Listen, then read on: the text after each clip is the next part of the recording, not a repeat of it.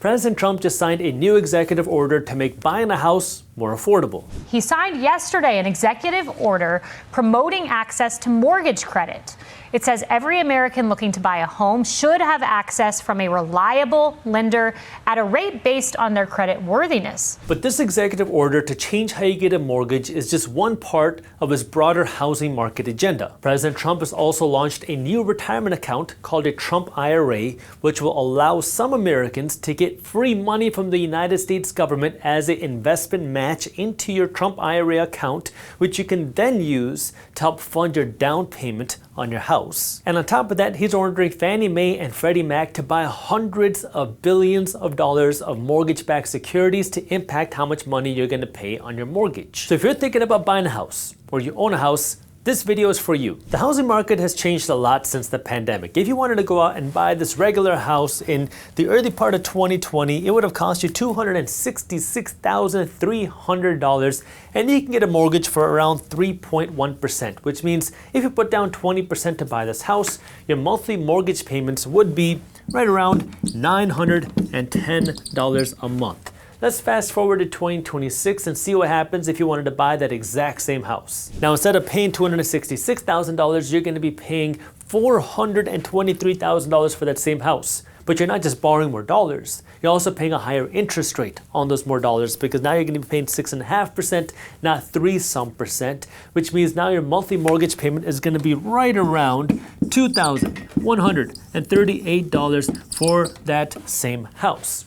But to really compare apples to apples, we should also take a look at how your income has changed over these years, because most people's incomes have gone up pretty significantly since the pandemic.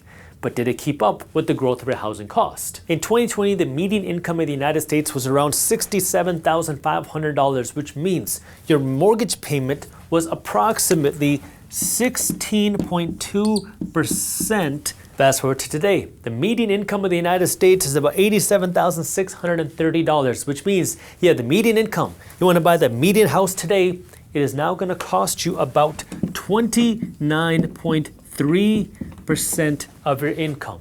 This is why housing has become so much less affordable over the years. It's not just that the cost of buying a house is more expensive. It's not just that the mortgage rates are more expensive. Incomes have not kept up with the housing prices, let alone the mortgage rates, which means now you have to pay more money out of every single one of your paychecks to be able to afford the average house. And this is where the Trump administration has put together a 4-step plan now based off of what we know today to be able to address this housing problem. So I'm going to break this down one by one, starting with what I talked about in the beginning of this video, the executive order on getting a mortgage and mortgage credits. This is why, again, I want to emphasize it is so important for you to be an investor, because while the average person who's just relying on their salary has slowly become poorer, what we've seen over the last number of years is that investors have become wealthier. So if you want to learn how to become an investor or find better investment opportunities as an investor, I have a free investing masterclass that I put together. I'll walk you through how you can start as an investor and find hidden investment opportunities before they hit the headlines. I'll show you the exact framework that my firm and I use to research investment opportunities. It's a completely free masterclass, and when you sign up as a bonus, you're also going to get market briefs, which is my newsletter for investors, read by hundreds of thousands of investors every single morning. So if you want to get my investing masterclass and market briefs all for free, all you have to do is sign up, and I have the link for you down in the description below. This new executive order on mortgages is designed to help you save money on your closing costs. For a median house, it's estimated that it could save you between $5,000 to $8,000. What it does is, number one, is it legalizes AI appraisals. If you want to go and buy a house and get a mortgage, the mortgage company is going to do an appraisal on the house. Well, getting an appraisal can cost thousands of dollars depending on how big the house is.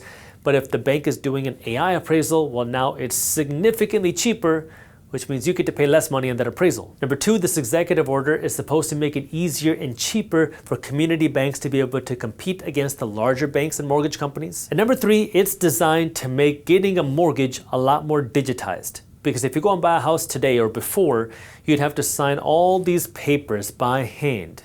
The idea here is we can save money on all the papers, we can save money on all that headache by having somebody sit there, by having you sign the paperwork digitally. The second change has to do with the Trump IRA.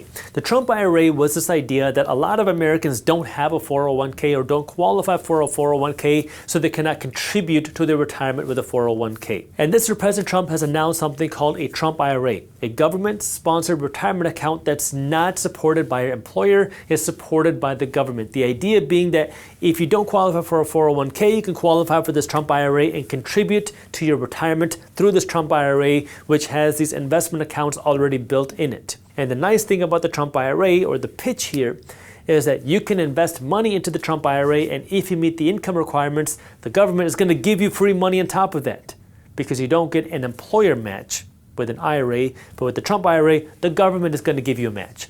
Now, unfortunately, the government doesn't have any money to give you the match because we have this huge $39 trillion of national debt.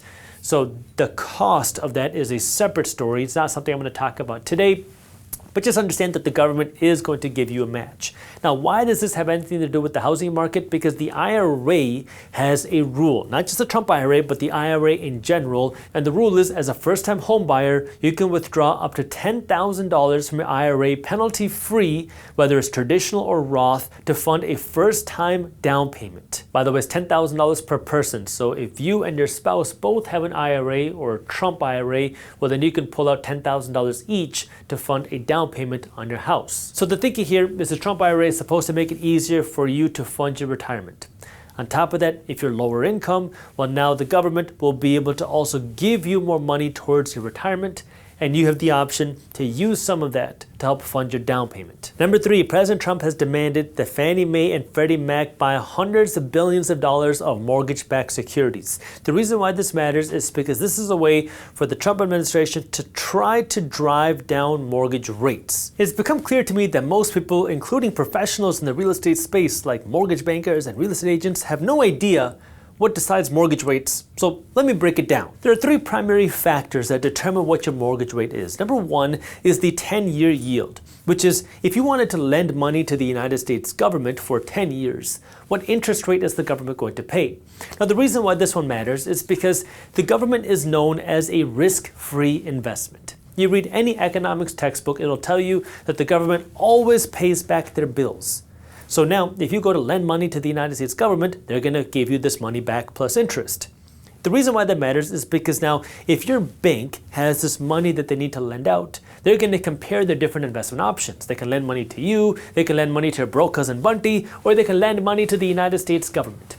Well, the United States government is the safest investment because they can just raise taxes or get that money printed. You are not as safe as the United States government, but you're not as risky as your broke cousin Bunty. Your broke cousin Bunty is going to have to pay the highest interest rate because he doesn't have a stable income, he doesn't have a good credit score. You're somewhere in the middle. So if you're more risky than the United States government, that means the government has to charge you a higher interest rate than what the government pays.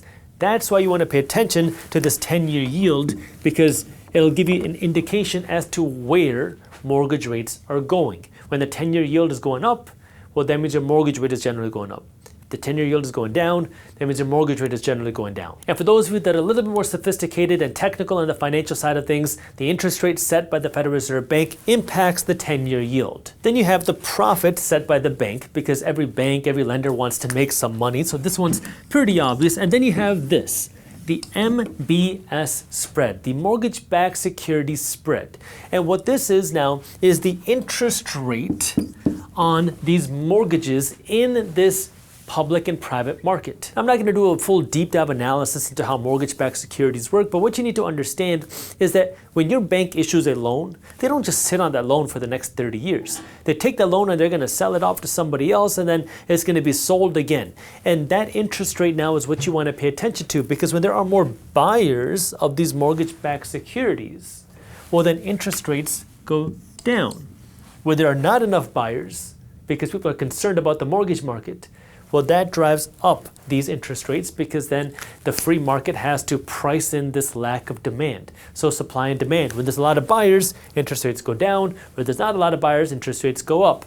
Well, when the president says that Fannie Mae and Freddie Mac have to go out and spend hundreds of billions of dollars buying this, what that does is it lowers this spread. And the reason why that matters is because when you add up the interest rate on the 10-year yield, you add up the interest rate on the profit, and you add up this mortgage-backed security spread, that's how you get your mortgage rate. And so what President Trump was trying to do here is lower your overall mortgage rate by lowering this spread right here. Now, this was in the beginning part of 2026, but other things kind of came up in the way. We had this conflict in the Middle East, these concerns about inflation, which then helped raise this, which kind of counteracted that, but you get the idea. If you have more buyers and mortgage-backed securities, which is what Fannie Mae and Freddie Mac are doing, that helps lower this, which can help lower this. And last but not least is number 4, President Trump is making a move to make it more difficult for institutional companies, those large corporations, to go out and buy single-family housing. Now, the thing that you want to understand about this is he did not make it illegal for institutional buyers to go out and invest in single-family houses. What he did is he made it much more difficult for these corporations and institutions to get federal funding to go out and buy single-family houses. So it's not that they can't, it's just more difficult for them to go out and do so. And the idea here is supply and demand. If you want to go out and buy a house and you're competing against 10 more people or 10 other corporations, well, now you have more competition to buy a house, which can drive up the prices of housing because now you have to compete to buy the house, which is bidding wars. But if there's less buyers out there, well, now you have less competition, which means you have less bidding wars and you can hopefully get the house for a less expensive price. So it's good for buyers, but not so good for sellers, because as a seller, you want the highest price possible. You don't care if it's an institution that you're selling it to. You don't care if it's a buyer.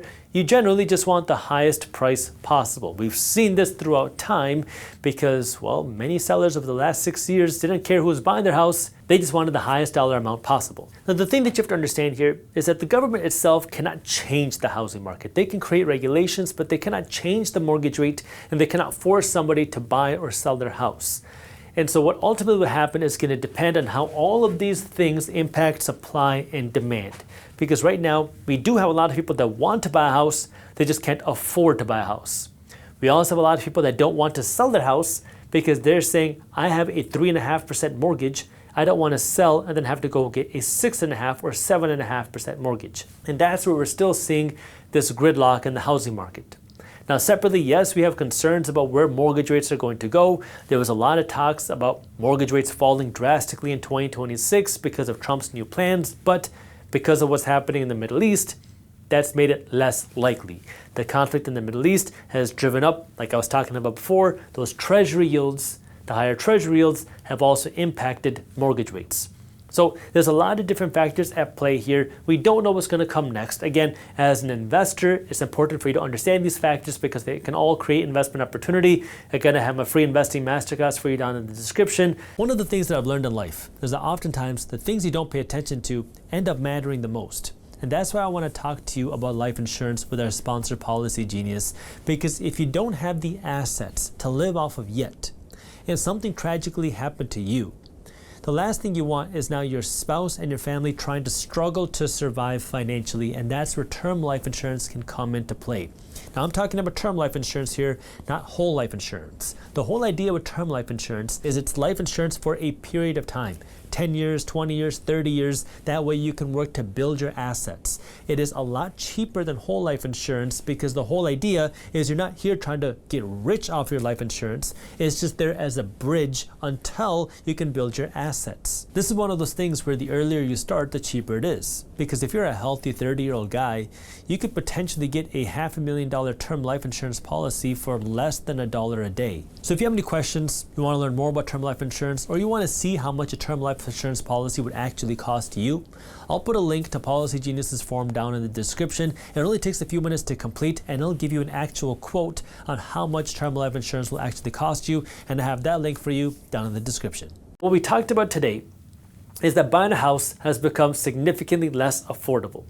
Why is it less affordable? Because the cost of buying a house has gone up, mortgage rates are higher, and at the same time, incomes have not kept up, which is why today, many people have to pay more of their paycheck to be able to buy the same house as 6 years ago pre-pandemic.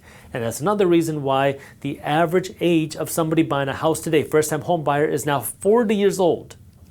And so this is where the Trump administration, in order to combat this, has put together a 4-part plan that we are seeing in action right now. There could be more changes coming in the future, but what we're seeing today is, number one, we've seen changes in the mortgage market. More specifically, the Trump administration has signed an executive order to make it cheaper and faster for people to get a mortgage. The way this works is by letting banks use AI instead of a human appraiser to go out and appraise your house to save you some money. It's supposed to help make things quicker with e-signing and mortgage documents instead of human signing, and other things to make the mortgage process more efficient. Number two is through the TrumpIRA. President Trump has announced this new retirement account called the TrumpIRA, where now anybody can invest money into this account. The government, depending on your income, might give you some free money as well. And then you can use your IRA, your Trump IRA, to then fund part of your down payment on your house. Number three, we talked about how President Trump is requiring Fannie Mae and Freddie Mac to buy hundreds of billions of dollars in mortgage-backed securities as a way to help drive down mortgage rates as well.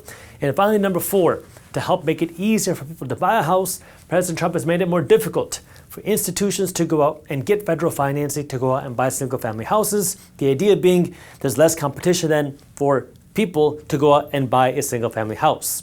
If you got value out of this video, the best thank you is a referral. So if you could, please share this video with a friend, family member, colleague, or fellow investor. That way we can continue to spread this type of financial education. Thank you.